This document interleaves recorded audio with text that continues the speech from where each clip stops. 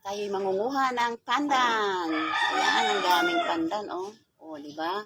Ang ganda-ganda ng pandan ko. Alam niyo ba yung pandan na yan? Is gamutin yan. Pwede mo ilagay yan with kasamang guyabano. Tapos ilagay inumin mo.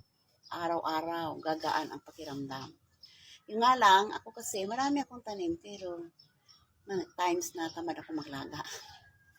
Eh ngayon, mangunguha ako ng dahon kasi ilalagay ko sa kanin. O, ayan. Ganda, di ba? O, di ba? O, ganda ng pandan. Hmm. O.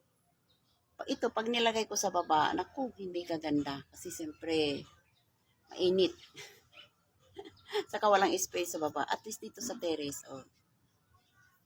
kahit ganito lang, nakatanim yan sa balde. O, ayan.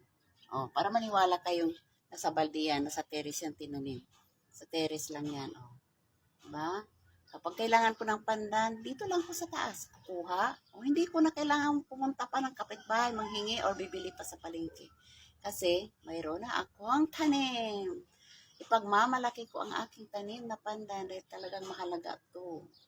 Ilalaga to or kahit ano pwedeng lagyan para bumango ang pagkain.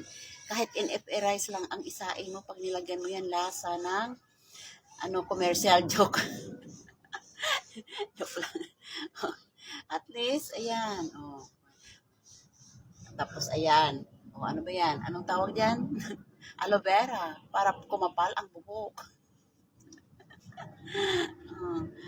Diba? Ano nga ginagawa? Katapos ko lang maglinis, video muna para ito gagawing content pang reels. Kasi nga, ay Diyos ko, ang aking violation hindi pa rin natanggal.